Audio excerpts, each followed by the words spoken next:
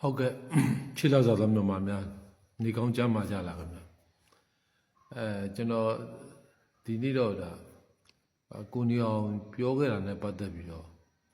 အနေငယ်ကျွန်တော်ဆွေးနွေးခြင်းပါတယ်ဗျကျွန်တော်ဒီ905ကကြီးနဲ့တော့လွန်ငင်းချမ်းသာကိုရပြီးထောင်ကပြန်ထွက်လာတဲ့အချိန်မှာပဲဒါ line ပေါ်မှာ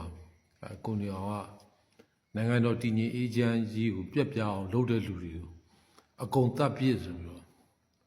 အဲ့လိုပြောတော့တွေ့လိုက်ရတယ်နော်အဲ့တော့နိုင်ငံတော်တည်ငြိမ်အေးချမ်းရေးကိုပြက်ပြအောင်လုပ်တယ်ဆိုရင်ဒါ905ကကြီးဗျသူ့905ဒက်စကကြီးနဲ့အရေးယူရမယ်အရေးယူရင်အများဆုံးပြစ်ဒဏ်3နှစ်ပဲရှိတယ်ဗျနော်ကျွန်တော်တို့ကလည်းဒါ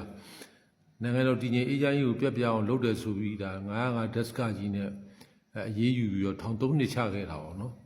အဲ့ဒီအကျဉ်းသားတွေကိုတော့နိုင်ငံတော်ကဒါအမျိုးသားပြန်လည်သင့်မြတ်ရေးအတွက်ဆိုပြီးတော့နော်ပြန်လှုပ်ပေးခဲ့တယ်ပေါ့နော်ပြန်လှုပ်ပေးခဲ့တယ်တက်တာဝေးပေးခဲ့တယ်အားလုံးအကျဉ်းသားအချုပ်သား8000ကျော်တော့နော်အဲ့လိုလူငင်းချမ်းသာကိုရခဲ့တယ်ဒါကောင်းတယ်ဗျဒါကြိုးဆိုရမှာအဲ့တော့နိုင်ငံတော်တည်ငြိမ်အေးချမ်းရေးကိုပြက်ပြအောင်လုပ်တယ်ဆိုရင်လေသူ့ကိုထောင်3နှစ်ပဲအများဆုံးအပြစ်ပေးလို့ရတယ်သူ့တည်တံပေးလို့မရဘူးနော်ကိုနေအောင်ကြီးကနိုင်ငံတော်တည်ငြိမ်အေးချမ်းရေးကိုပြက်ပြအောင်လုပ်ရင်တပ်ပြစ်ဆိုတော့ဟာအကုန်တပ်ပြစ်ဆိုဒါကတော့ဥပဒေလက်လွတ်စကားဖြစ်တယ်ဗျနော်ဒီလိုပြောလို့မရဘူးနော်ဒီစကားမျိုးကိုနော်နိုင်ငံတော်တည်ငြိမ်အေးချမ်းရေးကိုပြက်ပြအောင်လို့အကုန်တပ်ပြစ်ဆိုတာနိုင်ငံတော်သမ္မတတော်ပြောလို့မရဘူးဗျာနိုင်ငံတော်သမ္မတပြောရင်နိုင်ငံတော်သမ္မတကိုနှုတ်ထွက်ရမယ်သူ့ကို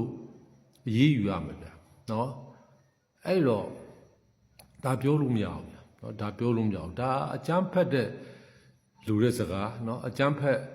ဆန်းတဲ့စကားလည်းဖြစ်တယ်ပေါ့နော်နိုင်ငံသားတွေအသက်အန္တရာယ်ကိုချင်းချောက်လိုက်တာလည်းဖြစ်တယ်ဒီစကားတွေက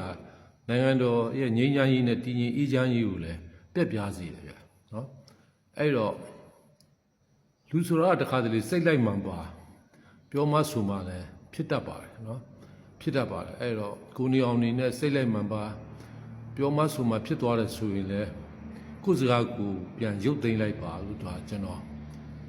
အကြံပေးခြင်းပါတယ်ဗျာเนาะကျွန်တော်တောင်းဆိုခြင်းပါတယ်အဲ့ဒါလေးပါဟု